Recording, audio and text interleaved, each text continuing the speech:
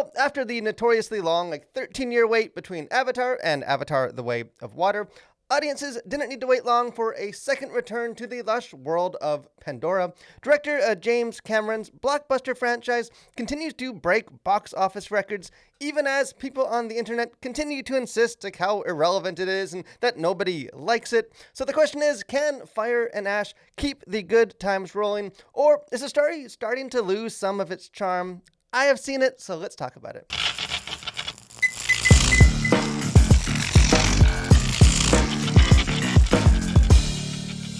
So I will say from the start that I'm a big fan of the Avatar movies, and I've never really understood what seems to be a kind of the hostility towards them. I'm not sure that Fire and Ash is going to win over, many new fans to the series, but somehow it does manage to elevate the scope and spectacle even further, because this movie is awesome. And all the familiar criticisms of the series remain valid, and I think perhaps are even more prominent this time, but with another hefty dose of jaw-dropping visuals and just refreshing family-centric drama, Avatar: Fire and Ash offers another, unmatched cinematic experience, and I think firmly establishes itself as the supreme film trilogy of the era. For better or worse, I think Avatar: Fire and Ash is almost like the platonic ideal of a Hollywood blockbuster. It's big, it's bloated, it's stretched thin on originality, but provides, irresistibly satisfying, just popcorn munching escapist entertainment. Fire and Ash may not be, the best Avatar movie, but I think it is arguably the fullest encapsulation of James Cameron's vision, narratively, thematically, and visually. In other words, if you enjoyed the first two films, then I think Fire and Ash offers another 3-hour and 12-minute runtime, jam-packed with plenty more of the same to enjoy. And the Avatar films, continue to stand alone in Hollywood with their visual scope and spectacle, and Cameron proves he still at least has a few tricks up his sleeve, including a really spectacular early sequence involving majestic flying ships. The film ups the ante really in almost every way, capped off by a thrilling climax that was reminiscent to me of my favorite Star Wars movie, Return of the Jedi, featuring a battle that is happening simultaneously on land, air, sea, and even in the spirit world. And honestly, it's the sort of blockbuster spectacle that just reminds you of the power of the theatrical experience, and I think what would be lost in a Netflix takeover and kind of migration towards streaming. I think to watch this sprawling final battle and not be caught up in the experience may say more about just our modern disillusionment with Hollywood than it does about this film. Visually, the Avatar movies are above reproach. Narratively, it is a different story, mainly because there isn't much here that is a different story. I think there is a shocking amount of recycled story beats from the previous film, just as I think that film largely repackaged the first movie. For all the impressive visual scope, the final climactic battle is essentially identical to the last film, just supersized.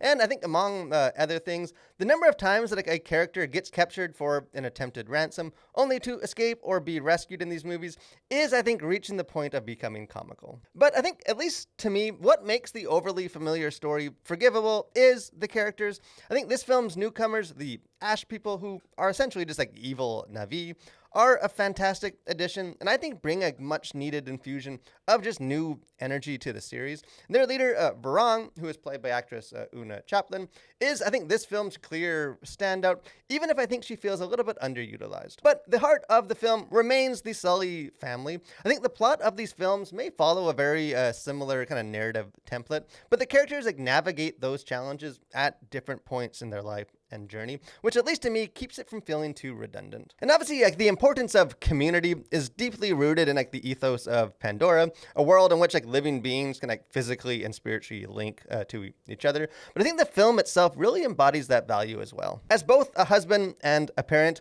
it's refreshing to me to have a major blockbuster series centered around a family. I think it's a needed contrast to the usual eternal youth or bachelorhood, where husbands and wives are replaced by kind of more non-committal love interests, and children, if they're present at all, are kept safely off screen. I think with something like Avatar: Fire and Ash, it doesn't just explore the theme of grief, but it explores that within the context of a family and how individual members navigate it. I will say the Avatar movies are largely about family, but they have elements that may make them questionable entertainment 4 families.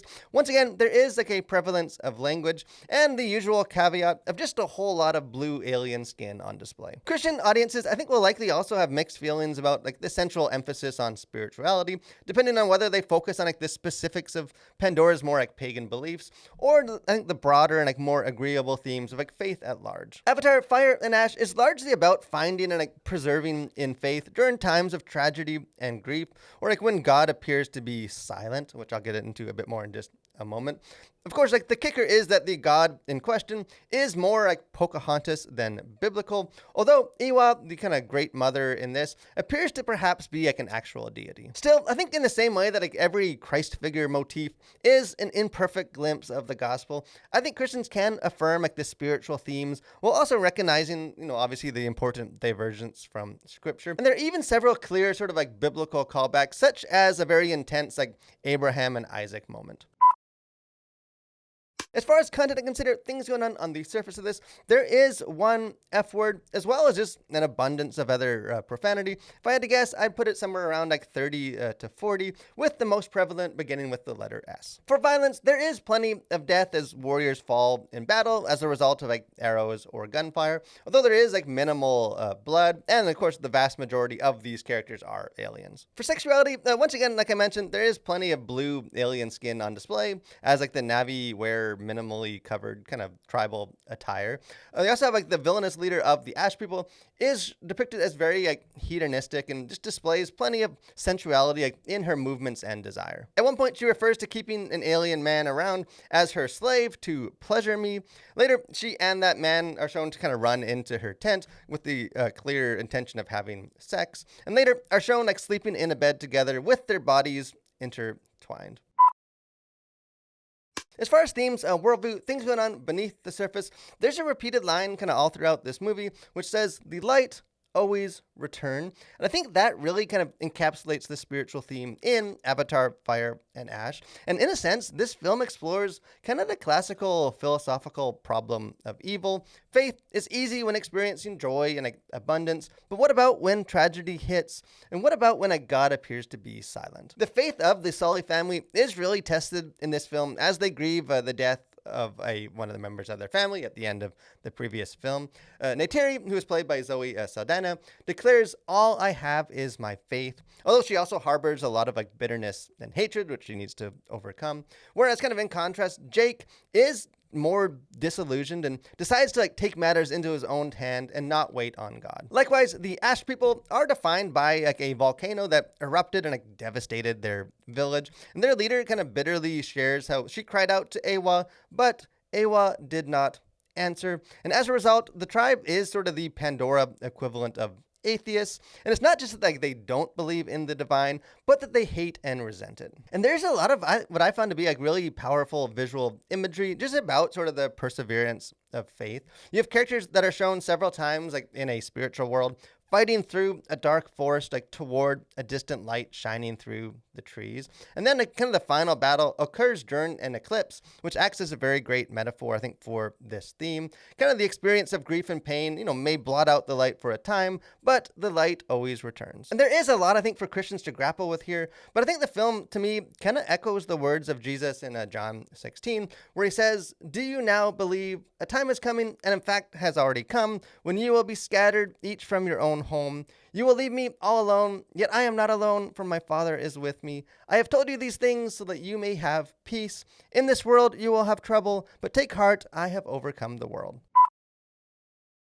So, in the end, I think Avatar: Fire and Ash does do little to dispel the common criticisms of the series, but you know what? I just really enjoyed it. These films have a very clear template at this point, but I just find that template to be really satisfying and enjoyable. The world of Pandora remains a joy to visit, and I am fully invested in the Sully family. I love this film, but also acknowledge that I think a fourth Avatar movie really has to find some new paths to tread and to shake things up. Avatar: Fire and Ash is not without flaws, but I think in an age of a lot of empty Hollywood slop and just the diminishing kind of cultural footprint of movie theaters, perhaps it is best to merely sit back and I think enjoy a cinematic experience that honestly may never be topped. But hey, I would love to hear what you think if you've been enjoying these movies as much as I have, or perhaps you're feeling that, their familiarity is starting to wear a little thin.